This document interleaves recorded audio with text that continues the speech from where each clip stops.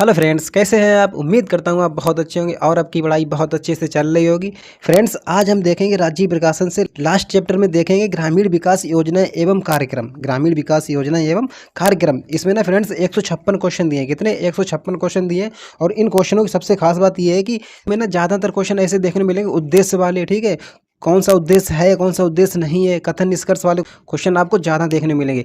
और फ्रेंड्स, आप यूथ को देखिएगा और इसको देखिएगा। यूथ में ज़्यादातर आपको डेट वाली योजनाएं मिल जाएंगी। ठीक है, और इसमें फ्रेंड्स आपको उद्देश्य वाली और उद्देश्य है या नहीं है, सत्य असत्य वाले क्वेश्चन आपको इसमें ज़्यादा देखने को मिल जाएंगे। यानी कि आप दोनों वीडियो को देखिए फ्रेंड्स, क्योंकि 100 क्वेश्चन आपको यूथ वाले हो जाएंगे, वो भी डिटेल के साथ, और 156 क्वेश्चन ये हो जाएंगे। यानी कि 256 क्वेश्चन आपकी योजनाओं संबंधित हो गए। आपकी जो फ्रेंड्स 20 नंबर की योजनाएं आने वाली हैं, वो दोस्तों आपको ना सभी यहीं से देखने को मिल जाएंगी। आइए फ्रेंड्स, देखते हैं पहला क्वेश्चन। देखिए फ्रेंड्स, पहला ही क्वेश्चन बहुत अच्छा क्वेश्चन है। निम्नलिखित कथनों पर विचार कीजिए। क्या करना है आपको? पहले ही विचार करना है। देखिए, राष्ट्रव्यापी मृदा स्वास्थ्य card scheme, soil health card scheme का उद्देश्य है। देखिए फ्रेंड्स, आपको ना पहले ही उद्देश्य बूझ लिया गया, क्योंकि आपको ना मेंस में इसी टाइप के क्वेश्चन ज़्यादा देखने को मिलेंगे। उद्देश्य से पहले आपको बताना क्या है, आपको बताना है इसमें कौन सा कथन सही है, इस पर नज़र रखिएगा और उद्देश्य बताइएगा। सिंचित कृषि योग्य क्षेत्र का विस्तार करना, मृदा गुणवत्ता के आधार पर किसानों को दिए जाने वाले ऋण की मात्रा के आकलन में बैंकों को समर्थ बनाना, कृषि भूमि में उर्वरकों के अति उपयोग को रोकना। कृषि भूमि में उर्वरकों के अति उपयोग को रोकना, यानी केवल इसका 3 सही है।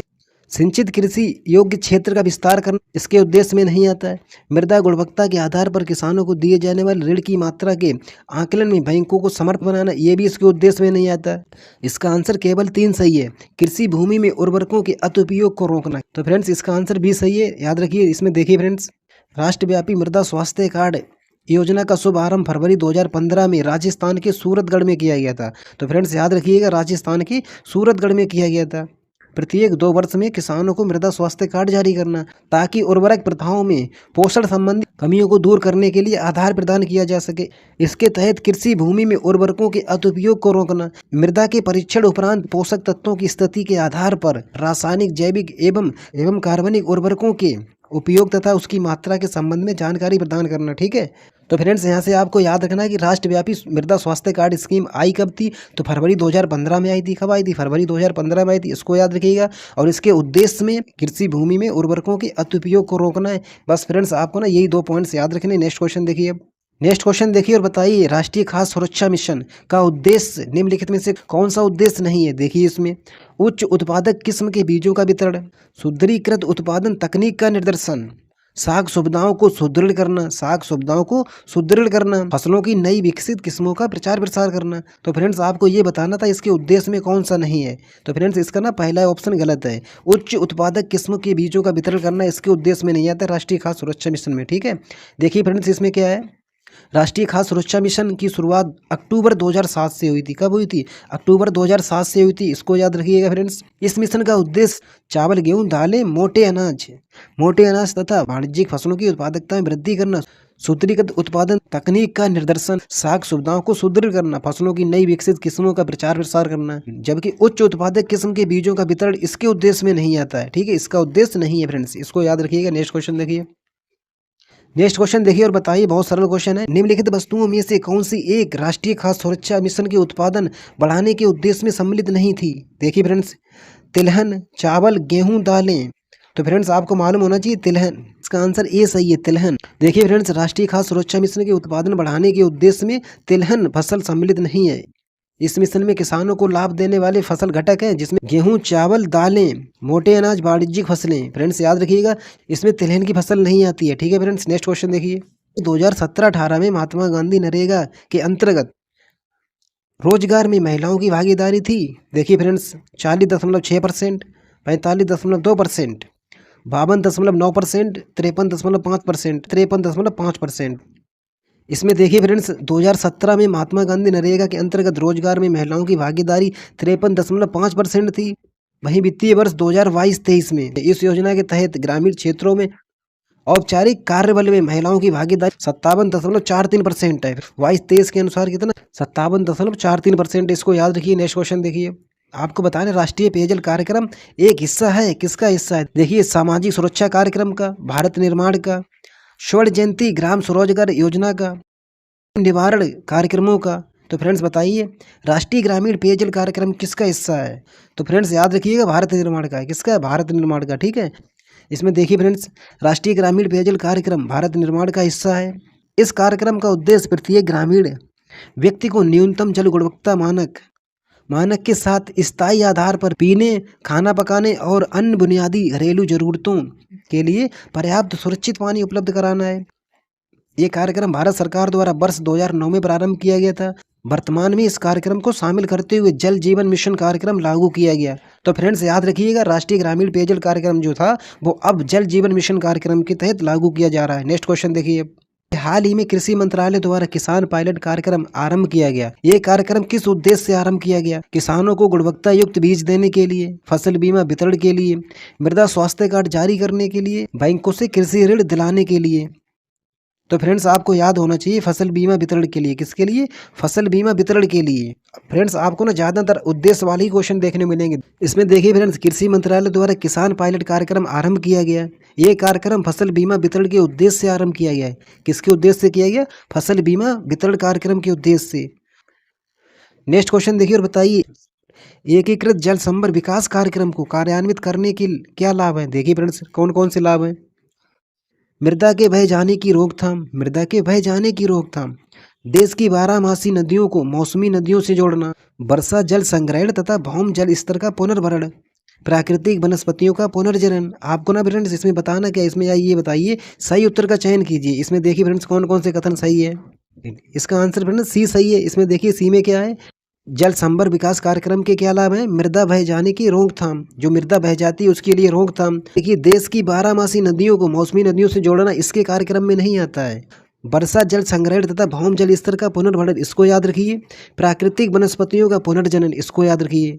ठीक है, इसमें देखिए फ्रेंड्स एक बार, ग्रामीण विकास मंत्रालय के भूमि संसाधन विभाग द्वारा एकीकृत जल संभर विकास कार्यक्रम को कार्यान्वित करने के लाभ में मृदा के बह जाने की रोकथाम, वर्षा जल संग्रहण, भौम जल स्तर का पुनर्भरण, प्राकृतिक वनस्पति का पुनर्जनन। ठीक है फ्रेंड्स, इनको याद रखिए। नेक्स्ट क्वेश्चन देखिए।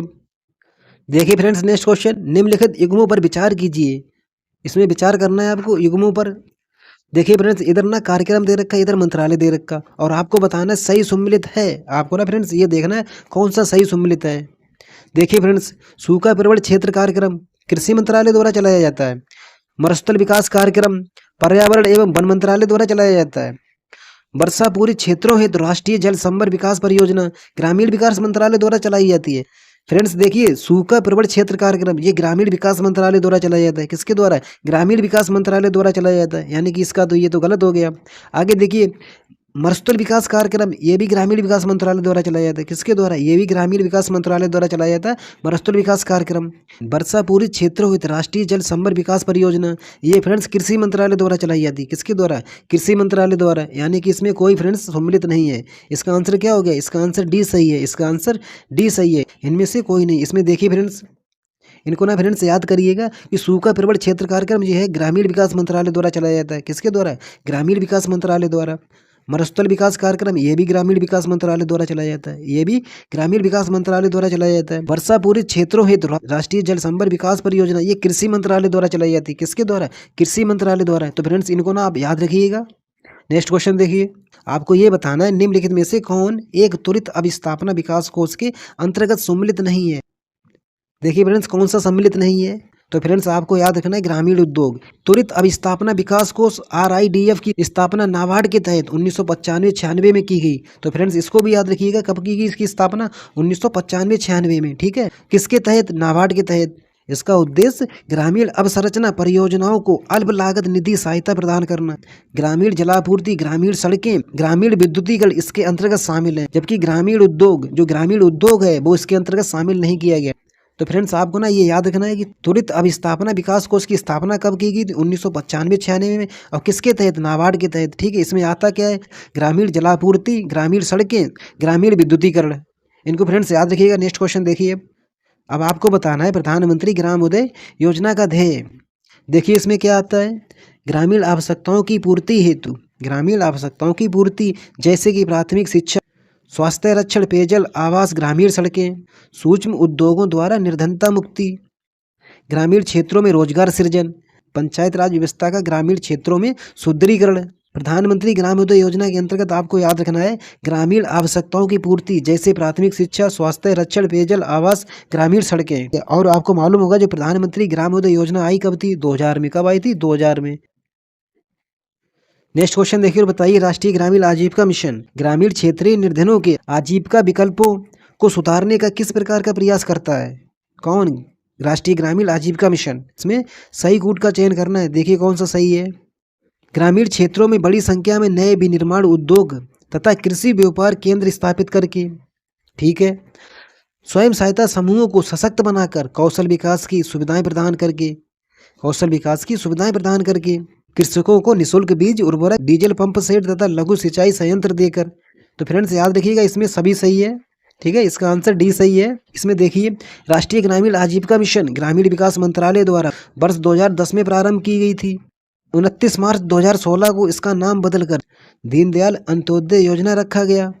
इस योजना का लक्ष्य ग्रामीण क्षेत्रों में बड़ी संख्या में नए विनिर्माण उद्योग तथा कृषि व्यापार केंद्र स्थापित करके स्वयं सहायता समूह को सशक्त बनाकर कौशल विकास की सुविधाएं प्रदान करके कृषकों को निःशुल्क बीज, उर्वरक, डीजल पंप सेट तथा लघु सिंचाई संयंत्र देना। राष्ट्रीय ग्रामीण आजीविका मिशन 2010 में प्रारंभ की गई थी, ठीक है, इसका नाम 29 मार्च 2016 को बदलकर दीनदयाल अंत्योदय योजना रख दिया गया। कब? 29 मार्च 2016 को। नेक्स्ट क्वेश्चन देखिए और बताइए। आपको देखना है जिला ग्रामीण विकास अभिकरण DRDA भारत में ग्रामीण निर्धनता को कम करने में कैसे मदद करते हैं? देखिए फ्रेंड्स आपको ना इसमें सही कूट का चयन करना है, यानी सही कथन का चयन करना, ये भी ध्यान रखिए फ्रेंड्स। देखिए DRDA देश के कुछ विनिर्दिष्ट पिछड़े क्षेत्रों में पंचायती राज संस्थाओं के रूप में कार्य करते हैं। DRDA विनिर्दिष्ट क्षेत्रों में निर्धनता और कुपोषण के कारणों का वैज्ञानिक अध्ययन करते हैं और उनके समाधान के विस्तृत उपाय तैयार करते हैं। DRDA निर्धनता रोधी कार्यक्रम के लिए मिले कोष पर निगरानी रखते हैं और ये सुनिश्चित करते हैं कि उनका प्रभावी उपयोग हो सके, उनका प्रभावी उपयोग हो। तो फ्रेंड्स ना DRDA का मुख्य कार्य यही है। ये क्या है? निर्धनता रोधी कार्यक्रमों के लिए मिले कोष पर निगरानी रखते हैं और ये सुनिश्चित करते हैं कि उनका प्रभावी उपयोग हो। इसका केवल 3 सही है, इसका केवल 3 सही है फ्रेंड्स। अच्छा क्वेश्चन है, इसको याद रखिएगा फ्रेंड्स।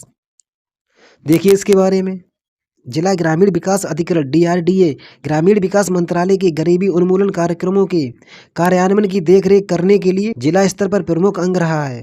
ये निर्धनता रोधी कार्यक्रमों के लिए मिले कोष पर निगरानी रखता है, ये सुनिश्चित करता है कि उनका प्रभावी उपयोग हो। इसमें DRDA पंचायती राज संस्थाओं के प्रभावी ढंग से समन्वय स्थापित करने की अपेक्षा की जाती है तथा वे किसी भी परिस्थिति में PRI के कार्य नहीं करेंगे, यानी कि पंचायती राज संस्थाओं के कार्य नहीं करेंगे। निर्धनता और कुपोषण के वैज्ञानिक अध्ययन का कोई प्रावधान नहीं है इसमें। तो फ्रेंड्स याद रखिए DRDA का मुख्य कार्य क्या है? निर्धनता रोधी कार्यक्रमों के लिए मिले कोष पर निगरानी रखता है और ये सुनिश्चित करता है कि उनका प्रभावी उपयोग हो। ठीक है फ्रेंड्स, याद रखिए। नेक्स्ट क्वेश्चन देखिए। ये राष्ट्रीय ग्रामीण स्वास्थ्य मिशन के संदर्भ में प्रशिक्षित सामुदायिक स्वास्थ्य कार्यकर्ता आशा के कार्य निम्नलिखित में से कौन से हैं? देखिए फ्रेंड्स, स्त्रियों को प्रसव पूर्व देखभाल जांच के लिए स्वास्थ्य सुविधा केंद्र साथ ले जाना, गर्भावस्था के प्रारंभिक संसूचन के लिए गर्भावस्था परीक्षण किट प्रयोग करना, पोषण एवं प्रतिरक्षण के विषय में सूचना देना, बच्चे के प्रसव का ऑपरेशन करना। तो फ्रेंड्स ना ऑपरेशन का कार्य आशा नहीं करती हैं। इसमें फ्रेंड्स आपका आंसर क्या हो गया? इसका आंसर ए सही है, इसका आंसर ए सही है। इसमें क्या है? स्त्रियों को प्रसव पूर्व देखभाल जांच के लिए स्वास्थ्य सुविधा केंद्र साथ ले जाना, गर्भावस्था के प्रारंभिक संसूचन के लिए गर्भावस्था परीक्षण किट प्रयोग करना, पोषण तथा प्रतिरक्षण के विषय में सूचना देना। ठीक है फ्रेंड्स, याद रखिए। ये क्वेश्चन सरल था फ्रेंड्स। आइए फ्रेंड्स हम नेक्स्ट क्वेश्चन देखते हैं। देखिए, निम्नलिखित में से कौन महात्मा गांधी राष्ट्रीय ग्रामीण रोजगार गारंटी अधिनियम के अंतर्गत लाभ प्राप्त करने का पात्र है? देखिए फ्रेंड्स, कौन पात्र है? केवल अनुसूचित जाति और अनुसूचित जनजाति परिवारों के वयस्क सदस्य। आगे देखिए, गरीबी रेखा से नीचे के BPL परिवारों के वयस्क सदस्य। ये भी नहीं फ्रेंड्स, सभी पिछड़े समुदाय के परिवारों के वयस्क सदस्य। डी में क्या है? किसी भी परिवार के वयस्क सदस्य। डी में क्या है? किसी भी परिवार के वयस्क सदस्य। ये बिल्कुल सही है। इसमें देखिए, महात्मा गांधी राष्ट्रीय ग्रामीण रोजगार गारंटी अधिनियम के अंतर्गत प्रत्येक यानी किसी भी परिवार का अकुशल श्रम करने का इच्छुक वयस्क सदस्य लाभ प्राप्त करने का पात्र है। ठीक है फ्रेंड्स, याद रखिए। नेक्स्ट क्वेश्चन देखिए और बताइए। बहुत अच्छा क्वेश्चन है, सरल भी है। आम आदमी बीमा योजना के संदर्भ में निम्नलिखित कथनों पर विचार कीजिए। फ्रेंड्स आपको ना ज़्यादातर कथनों पर विचार ही करना है। आइए फ्रेंड्स करते हैं कथनों पर विचार। इसमें ना फ्रेंड्स आपको सही कथन का चयन करना है। किसका चयन करना? सही कथन का। देखिए, इस योजना के अंतर्गत बीमाकृत व्यक्ति भूमिहीन कैसा होना चाहिए? भूमिहीन ग्रामीण कुटुंब के परिवार का मुखिया अथवा कमाऊ सदस्य होना चाहिए। बिल्कुल सही है फ्रेंड्स। आगे देखिए, बीमाकृत व्यक्ति 30 से 65 वर्ष की आयु वर्ग में होना चाहिए। 30 से 65 नहीं फ्रेंड्स, 18 से 59 होना चाहिए। कितना होना चाहिए? 18 से 59, यानी कि ये तो गलत हो गया। ठीक है फ्रेंड।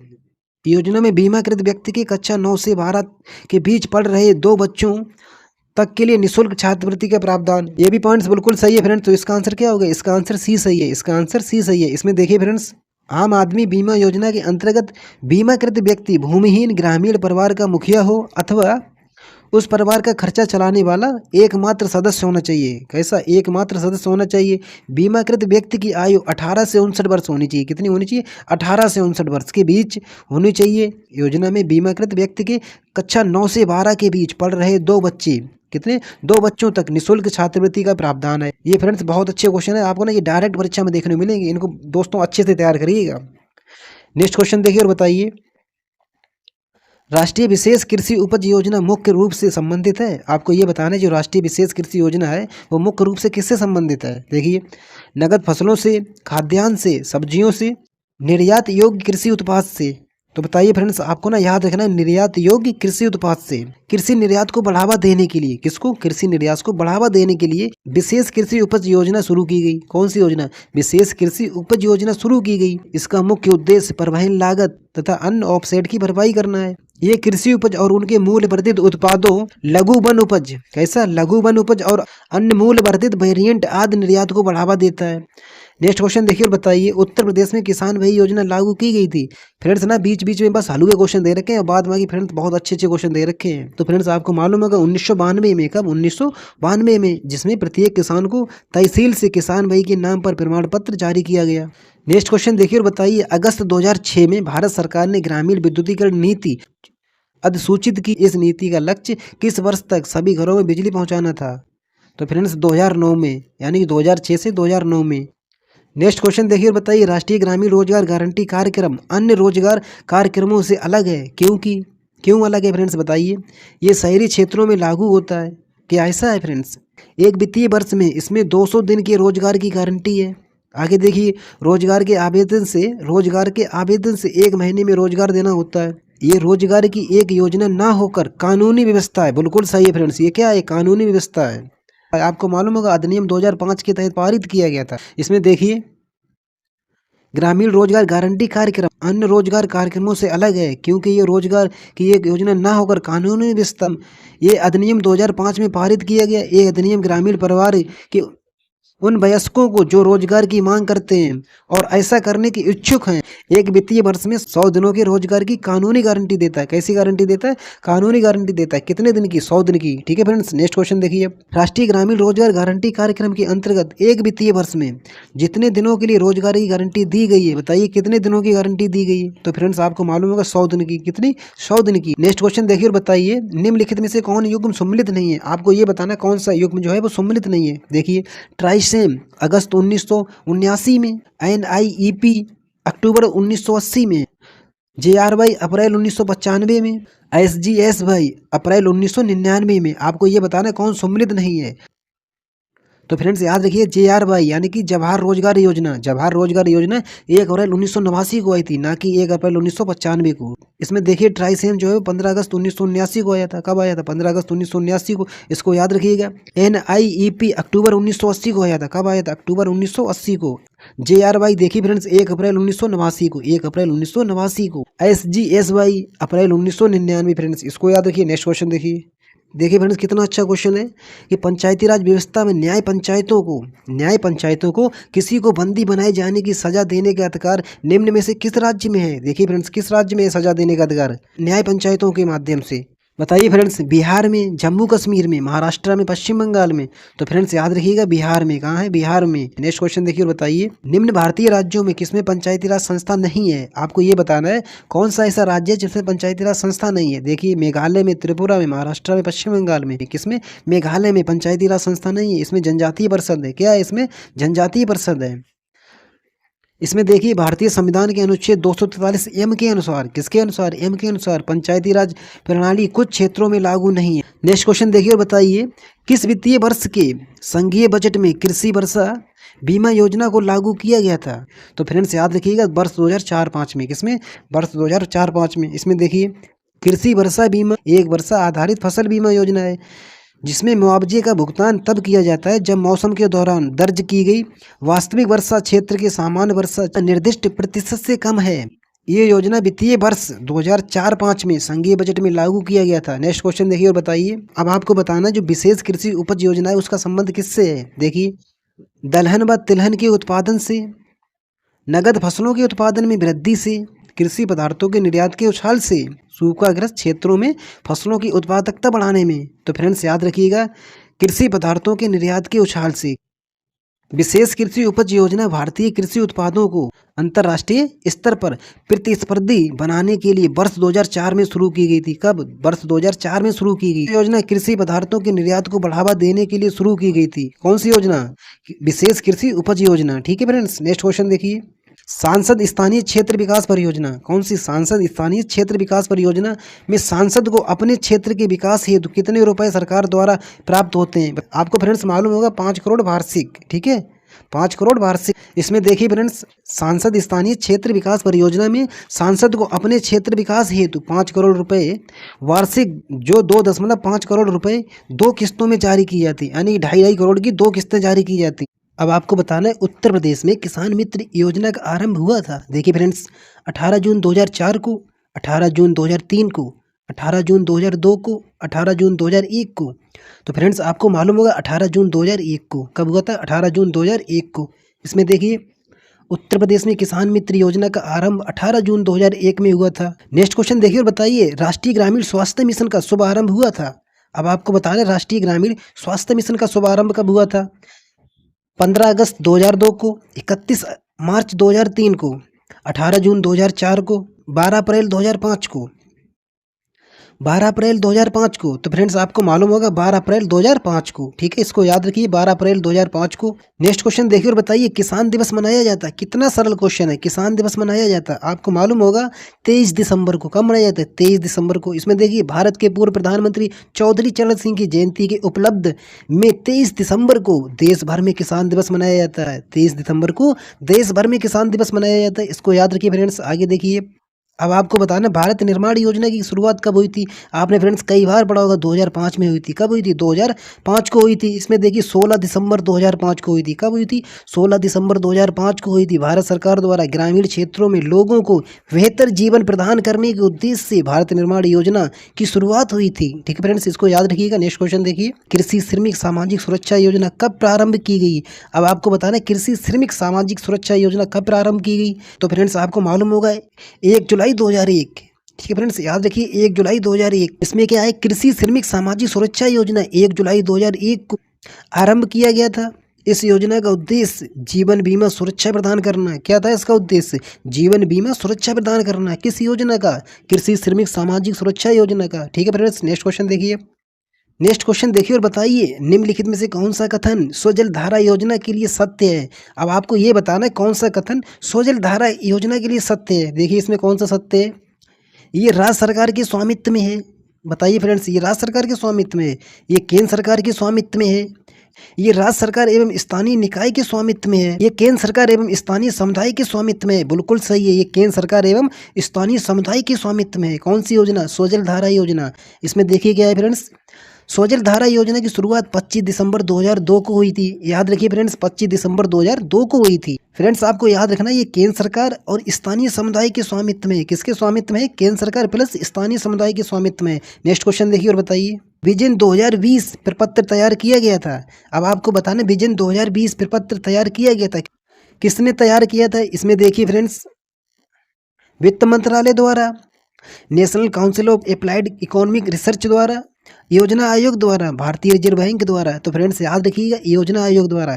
किसके द्वारा? योजना आयोग द्वारा विजन 2020 प्रपत्र तैयार किया गया था। इसमें देखिए क्या है, विजन 2020 प्रपत्र योजना आयोग की एसपी गुप्ता की अध्यक्षता में तैयार किया गया था। इसको जरूर याद रखिए फ्रेंड्स, किसकी अध्यक्षता में तैयार किया गया था? एसपी गुप्ता की अध्यक्षता में तैयार किया गया था।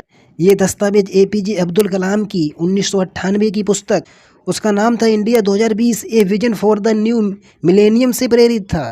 नेक्स्ट क्वेश्चन देखिए और बताइए। सूची 1 सूची 2 से मिलान करना है। देखिए फ्रेंड्स, सोजल धारा योजना, हरियाली योजना, स्वर्ण जयंती ग्राम स्वरोजगार योजना, प्रधानमंत्री ग्राम सड़क योजना। सोजल धारा योजना ग्रामीण जलापूर्ति के लिए, देखिए फ्रेंड्स ग्रामीण जलापूर्ति बी में है। सोजल धारा को ग्रामीण जलापूर्ति से मिलाइए। हरियाली योजना किसके लिए? वाटर शेड प्रबंध के लिए। किसके लिए? वाटर शेड प्रबंध के लिए, इसको इससे मिलाइए। आगे देखिए स्वर्ण जयंती ग्राम स्वरोजगार योजना। स्वर्ण जयंती ग्राम स्वरोजगार योजना ये ग्रामीण स्वरोजगार से संबंधित है। किससे संबंधित है? ग्रामीण स्वरोजगार से संबंधित है। तो फ्रेंड्स इसको 4 से मिलाइए। आगे देखिए प्रधानमंत्री ग्राम सड़क योजना। प्रधानमंत्री ग्राम सड़क योजना ये फ्रेंड्स ग्रामीण संपर्क से है। किससे है? ग्रामीण संपर्क से। तो इसको इससे मिलाइए। ठीक है, तो इसका आंसर क्या हो गया फ्रेंड्स? अब आपको मालूम होगा इसका आंसर डी सही है। इसका आंसर डी सही है। इनको फ्रेंड्स याद रखिएगा। सोजल धारा कार्यक्रम जो है ग्रामीण जलापूर्ति के लिए है, वहीं हरियाली योजना वाटर शेड प्रबंध के लिए। किसके लिए? वाटर शेड प्रबंध के लिए। और स्वर्ण जयंती ग्राम स्वरोजगार योजना ये ग्रामीण स्वरोजगार के लिए। किसके लिए? ग्रामीण स्वरोजगार के लिए। प्रधानमंत्री ग्राम सड़क योजना ग्रामीण संपर्क से है। नेक्स्ट क्वेश्चन देखिए और बताइए, बहुत अच्छा क्वेश्चन है। निम्नलिखित कथनों पर विचार कीजिए। क्या करना है आपको? निम्नलिखित कथनों पर विचार करना है। इसमें देखिए फ्रेंड्स, किसान क्रेडिट कार्ड योजना के अंतर्गत किसानों को वितरित किए गए ऋण भारतीय जीवन बीमा निगम की भारतीय जीवन बीमा निगम की राष्ट्रीय कृषि बीमा नियोजन राष्ट्रीय कृषि बीमा योजना राष्ट्रीय कृषि बीमा योजना के अधीन आते हैं।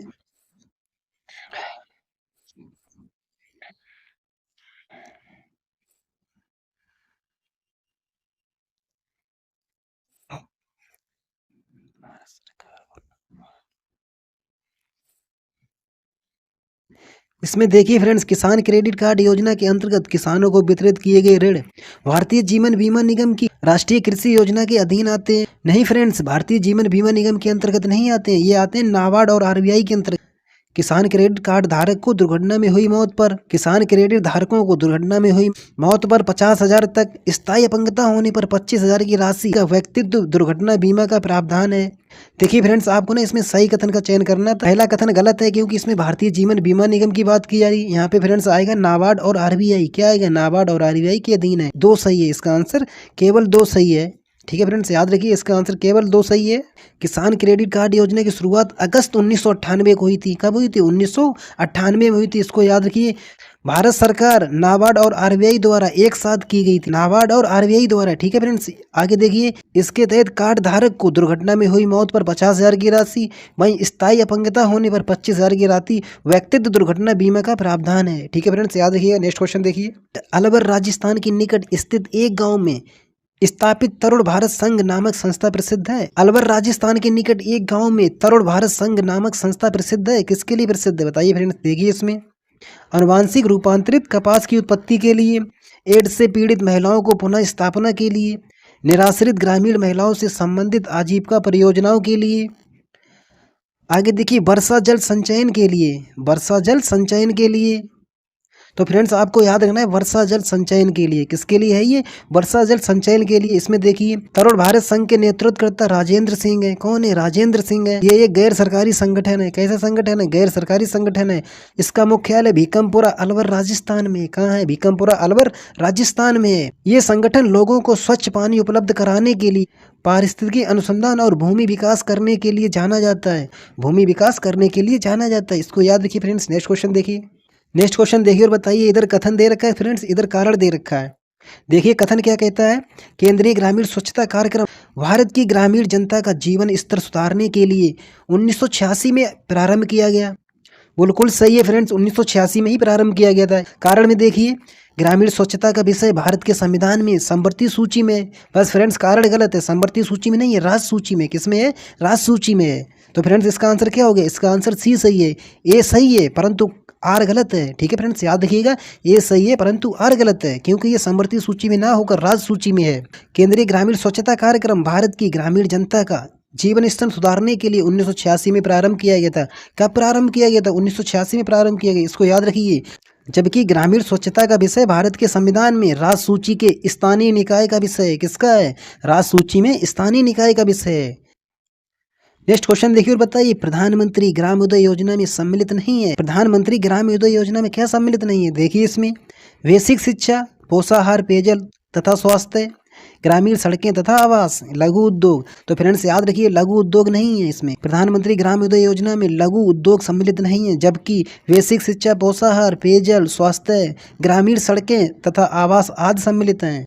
नेक्स्ट क्वेश्चन देखिए फ्रेंड्स, इधर योजनाओं का नाम दे रखा है, इधर उसका प्रारंभ वर्ष दे रखा है। आपको ना फ्रेंड्स इसको मैच करना है। देखिए कौन सी योजना कब स्टार्ट हुई थी। कृषि श्रमिक सामाजिक सुरक्षा योजना अभी आपने पढ़ी थी फ्रेंड्स, बताइए कब स्टार्ट हुई थी। ये 2001 में स्टार्ट हुई थी। कब स्टार्ट हुई थी? 2001 में। इसको इससे मिलाइए फ्रेंड्स। स्वर्ण जयंती ग्राम स्वरोजगार योजना, ये आपने कई बार पढ़ी हुई, 1999 में स्टार्ट हुई थी। 1 अप्रैल 1999 को स्टार्ट हुई थी। तो फ्रेंड्स इसको ना इससे मिलाइए।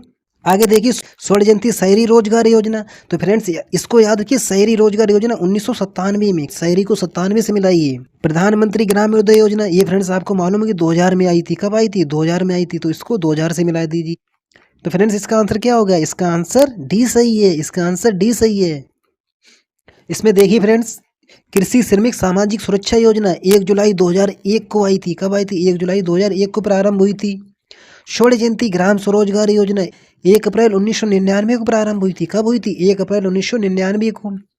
स्वर्ण जयंती शहरी रोजगार, तो फ्रेंड्स याद रखिए शहरी से 97, कब? वो 1 दिसंबर 1997 को। और प्रधानमंत्री ग्रामोदय योजना 2000 में स्टार्ट हुई। नेक्स्ट क्वेश्चन देखिए और बताइए, व्यापक फसल बीमा योजना के स्थान पर राष्ट्रीय कृषि बीमा योजना लागू की गई। किसके स्थान पर? व्यापक फसल बीमा योजना के स्थान पर। कब लागू की गई? देखिए फ्रेंड्स 1997 में, 1998 में, 1999 में, 2005 में। तो फ्रेंड्स याद रखिएगा 1999 में। कब? 1999 में। व्यापक फसल बीमा योजना के स्थान पर राष्ट्रीय कृषि बीमा योजना वर्ष 1999-2000 में प्रारंभ हुई थी। इस योजना का उद्देश्य प्राकृतिक आपदाओं, किसानों और बाजारों की विफलता की स्थिति में किसानों को वित्तीय सहायता प्रदान करना। ठीक है फ्रेंड्स, याद रखिए। नेक्स्ट क्वेश्चन देखिए, गोकुल ग्राम योजना निम्नलिखित में से किस राज्य से संबंधित है? कितना सरल है फ्रेंड्स, बताइए। गोकुल ग्राम योजना निम्नलिखित में से किस राज्य से संबंधित है? तो फ्रेंड्स आपको मालूम होगा गुजरात से। किससे? गुजरात से। गोकुल से याद रखिए फ्रेंड्स, गुजरात। इसमें देखिए गोकुल ग्राम योजना गुजरात की कृषि और सहकारिता विभाग द्वारा लागू किया गया। किसके द्वारा? कृषि और सहकारिता विभाग द्वारा लागू किया गया। नेक्स्ट क्वेश्चन देखिए और बताइए, राजस्थान में जीवन धारा योजना का संबंध है। आपको बताना राजस्थान में जीवन धारा योजना का संबंध किससे है? गरीबों के लिए बीमा योजना, सिंचाई कुओं का निर्माण। किसका निर्माण? सिंचाई कुओं का निर्माण, ग्रामीण गरीबों को बिजली उपलब्ध कराना, चिकित्सा कुओं का निर्माण। इसमें फ्रेंड्स याद रखिएगा सिंचाई कुओं का निर्माण। इसमें देखिए राजस्थान में जीवन धारा योजना का संबंध अनुसूचित जाति और अनुसूचित जनजाति के लिए सिंचाई हेतु कुओं के निर्माण से संबंधित है। किससे संबंधित है? सिंचाई हेतु कुओं के निर्माण से संबंधित है। नेक्स्ट क्वेश्चन देखिए और बताइए, राष्ट्रीय कृषि अनुसंधान परियोजना की स्थापना कब की गई थी? आपको बताना है राष्ट्रीय कृषि अनुसंधान परियोजना की स्थापना कब की गई, बताइए फ्रेंड्स। 2001 में, 1999 में। इसको फ्रेंड्स याद रखिए 1988 को। कब? 1988 को। नेक्स्ट क्वेश्चन देखिए और बताइए, बहुत सरल क्वेश्चन है, आपको मालूम भी होगा। उच्च उपज विविधता कार्यक्रम किस वर्ष प्रारंभ किया गया था? बताइए फ्रेंड्स। इसमें देखिए 1964-65 में, 1965-66 में, 1966-67 में, 1955-56 में, 1966-67 में। इसमें देखिए 1966-67 में खरीफ फसल में उच्च उपज विविधता कार्यक्रम शुरू किया गया था। किस फसल में प्रारंभ किया गया था? खरीफ फसल में। किसमें? खरीफ फसल में। इस कार्यक्रम का मुख्य उद्देश्य फसलों की नवीनतम किस्मों को अपनाकर खाद्यान्न की उत्पादकता बढ़ाना। क्या बढ़ाना? खाद्यान्न की उत्पादकता बढ़ाना, जिससे 1970-71 तक भोजन में आत्मनिर्भरता प्राप्त करना था। क्या करना था? भोजन में आत्मनिर्भरता प्राप्त करना था। नेक्स्ट क्वेश्चन देखिए और बताइए, राष्ट्रीय कृषि तकनीक परियोजना NATP का पोषण भारत में जिस अंतर्राष्ट्रीय वित्त प्रदायी उपकरण द्वारा होता है वह है, बताइए फ्रेंड्स, किसके द्वारा होता है? खाद्य एवं कृषि संगठन, विश्व बैंक, एशियन बैंक, संयुक्त राष्ट्र विकास कार्यक्रम। तो फ्रेंड्स आपको बताना है अंतर्राष्ट्रीय वित्त। तो फ्रेंड्स याद रखिए विश्व बैंक द्वारा। किसके द्वारा? विश्व बैंक के द्वारा। राष्ट्रीय कृषि तकनीक परियोजना का पोषण भारत सरकार और विश्व बैंक द्वारा संयुक्त रूप से वित्त पोषित है, जो कृषि में प्रौद्योगिकी आधारित नवाचारों को व्यापक रूप से पहचानने और बढ़ावा देने के लिए कार्य करती है। आगे देखिए फ्रेंड्स और बताइए, राष्ट्रीय कृषि बीमा योजना प्रारंभ हुई थी, बताइए फ्रेंड्स किस वर्ष में प्रारंभ हुई थी? तो फ्रेंड्स आपको मालूम होगा 1999-2000 में। कब प्रारंभ हुई थी? 1999-2000 में। इसमें देखिए राष्ट्रीय कृषि बीमा योजना वर्ष 1999-2000 में प्रारंभ हुई थी। कृषि उत्पादन में होने वाले किसानों के विभिन्न जोखिमों को ध्यान में रखते हुए कृषि मंत्रालय ने किसानों को जोखिमों के विरुद्ध सुरक्षा प्रदान करने के लिए प्रारंभ किया था। नेक्स्ट क्वेश्चन देखिए और बताइए निम्नलिखित में से कौन सा हरित क्रांति का घटक नहीं है। अब आपको ये बताना है कौन सा हरित क्रांति का घटक नहीं है। इसमें देखिए अधिक उपज देने वाली प्रजातियों के बीज का प्रयोग, बिल्कुल सही है। उन्नत सिंचाई, ये भी सही है। रासायनिक उर्वरकों का प्रयोग। आगे देखिए फ्रेंड्स और बताइए काटना और जलाना, यही नहीं है फ्रेंड्स, काटना और जलाना ये हरित क्रांति का घटक नहीं है। नेक्स्ट क्वेश्चन देखिए निम्नलिखित में से ऐसा कौन सा कार्यक्रम है, निम्नलिखित में से ऐसा कौन सा कार्यक्रम है जिसमें 5 अन्य संगठक कार्यक्रम थे। जवाहर रोजगार योजना, जवाहर ग्राम समृद्धि योजना, स्वर्ण जयंती ग्राम स्वरोजगार योजना, एकीकृत ग्राम विकास कार्यक्रम।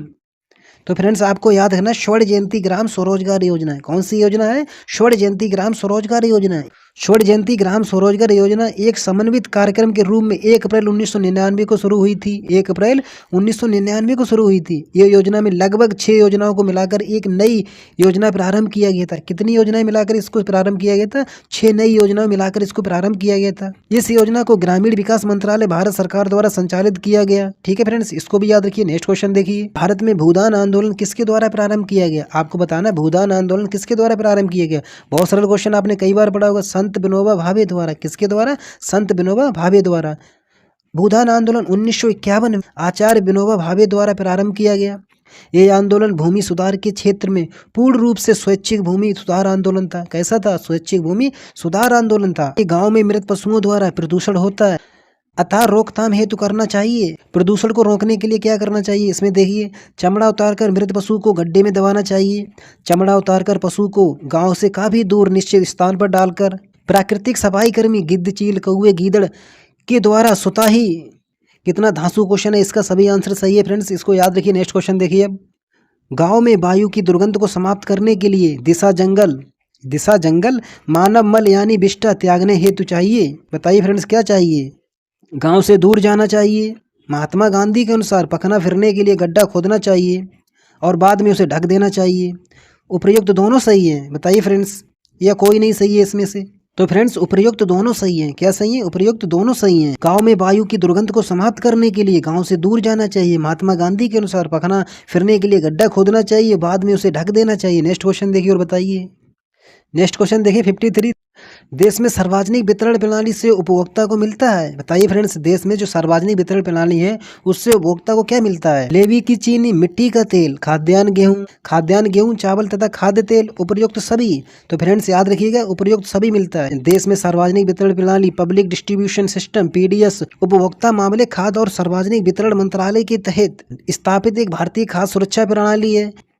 PDS के तहत वर्तमान में उपभोक्ताओं के गेहूं, चावल, चीनी, मिट्टी का तेल, दालें, खाद्य तेल, आयोडीन युक्त नमक, मसाले आदि वितरित किए जाते हैं। इनको फ्रेंड्स याद रखिए, गेहूं, चावल, चीनी, मिट्टी का तेल, दालें, खाद्य तेल, आयोडीन युक्त नमक, मसाले आदि वितरित किए जाते हैं। PDS का संचालन यानी कि सार्वजनिक वितरण प्रणाली का संचालन केंद्र तथा राज्यों द्वारा संयुक्त रूप से किया जाता है। इस बुक में फ्रेंड्स योजनाओं से संबंधित बहुत अच्छे क्वेश्चन दे रखे हैं जो आपने देखे भी हैं, क्योंकि ज़्यादातर आपको विशेषताओं वाले, उद्देश्य वाले और कथन निष्कर्ष वाले, स्टेटमेंट वाले क्वेश्चन आपको ज़्यादा देखने मिले हैं। ठीक है फ्रेंड्स, आप क्या करिएगा, इन क्वेश्चनों को एक बार और देखिएगा, क्योंकि ये क्वेश्चन बहुत अच्छे हैं, आपको ना परीक्षा में जरूर देखने मिलेंगे। 30-35 मिनट में आपको ना फ्रेंड्स विद डिस्क्रिप्शन के साथ सभी क्वेश्चन हम आपको 3 वीडियो में कंप्लीट करा दें, क्योंकि इसमें 156 क्वेश्चन दिए हैं और सभी क्वेश्चन बहुत अच्छे क्वेश्चन है। फ्रेंड्स आपको ना एक काम और करना है, यूथ का भी वीडियो देखना है। उसमें हमने ना 100 क्वेश्चन योजनाओं से कराए हैं। कितने? 100 क्वेश्चन, वो भी इसी तरह से डिटेल के साथ कराएंगे। तो आप उस वीडियो को देखिएगा, क्योंकि उसमें ना दोस्तों आपको डेट वाइज क्वेश्चन बहुत ज़्यादा मिल जाएंगे। यूथ वाला आप उसको भी देखते रहिए फ्रेंड्स, और ये वाले क्वेश्चन 156 हम ये आपको सभी करा देंगे फ्रेंड्स। आपकी 20 नंबर की योजना सभी कंप्लीट हो जाएगी, क्योंकि अगर आपको डेट वाइज देखने को मिलेंगे तो दोस्तों उस वीडियो से आपको सारे क्वेश्चन देखने मिल जाएंगे, और विशेषता उद्देश्य वाले अगर क्वेश्चन देखने मिलेंगे तो फ्रेंड्स आपको ना इस राजीव प्रकाशन से आपको 156 क्वेश्चन कराएंगे। इससे सभी क्वेश्चन आपको देखने मिल जाएंगे, यानी कि आपकी योजनाओं का काम तमाम हो जाएगा फ्रेंड्स, क्योंकि 100 क्वेश्चन आपको यूथ वाले हो जाएंगे, वो भी डिटेल के साथ, और 156 क्वेश्चन ये हो जाएंगे, यानी कि 256 क्वेश्चन आपकी योजनाओं संबंधित हो गए फ्रेंड्स। आपकी 20 नंबर की योजनाएं कहीं नहीं जाने वाली हैं, बस इन वीडियो को देखिएगा फ्रेंड्स। ठीक है फ्रेंड्स, मिलते हैं इसी तरह से नेक्स्ट वीडियो में। जय हिंद, जय भारत।